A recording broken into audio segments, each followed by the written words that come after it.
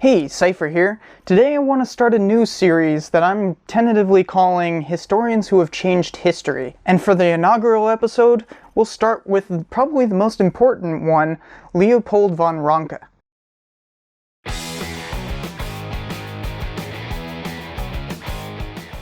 Most people have never heard of Leopold von Ranke. He's not a famous philosopher, and his history books are basically of no use to historians today. Yet he changed history forever. He is what many consider to be the first professional historian. There had been innumerable historians before him.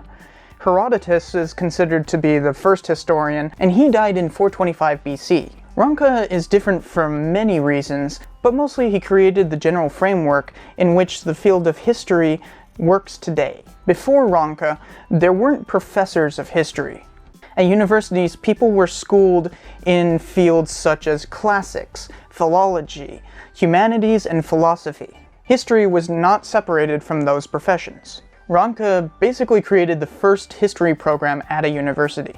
Now you have to understand, universities are important research institutions, and they always have been. You can't be a real university without having your professors earn tenure by having them contribute in some significant way to their field.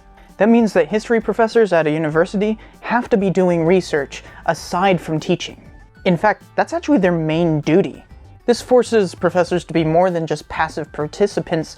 They actually have to be incredibly engaged in their field. Ranke also created what has been idealistically called scientific history. He emphasized a reliance on primary sources as proof, and criticism of those sources. He would send his students out to go comb archives to find primary sources and bring them back, rather than just reading the classics. It is a powerful change because that means that there is an emphasis on empiricism in the study of history. Since he institutionalized the study of history by creating a university program, this was actually pretty revolutionary. Ranke was fighting ideologically against the forces of historicism, Hegelianism, and antiquarianism. All those other ones perceived history in some sort of philosophical sense, rather than something to be studied and understood. But Ranke won out. History programs spread across the world really rapidly. This was especially spurred on by the rise of nationalism, but that's a story for another time. By the late 19th century, within Ranke's lifetime, history had become an incredibly important part of the university's curriculum, and it was no longer forcefully intertwined with other subjects. Imagine what it would be like without history professors. The world would be a very different place. And just think, before Ranke, there were none. Historians were either recorders who just wrote history on the side, antiquarians who just wrote about what they collected, or philosophers who wrote with only their philosophy in mind. We have Ranke to thank for that.